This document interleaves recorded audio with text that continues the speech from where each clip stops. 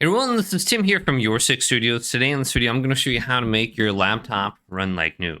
So go on down to the Windows Start button right here and go to Settings.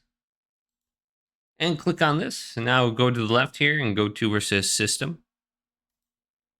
Go to the right and go on down. And we are looking for Recovery. Click on Recovery. And then right here we have Recovery Options. Reset this PC. And go to Reset PC.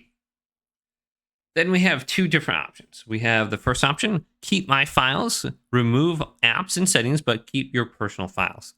So this could be a good option right here. It'll be a little bit quicker and it doesn't delete everything. Then we have remove everything. So if you really have an issue somewhere on your computer that's slowing it down, try doing remove everything.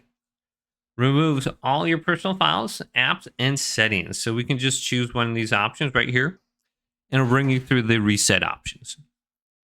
And depending on what you click, the top one might be a little bit quicker, but the bottom one could take like maybe 15 to 20 minutes. And then your computer will start like new, and you'll have to sign into your Microsoft once again. So just be prepared that it might take a little bit of time, and your computer is going to restart a few times as well. So hopefully this video did indeed help you out. Did leave it a big thumbs up and subscribe to my channel down below.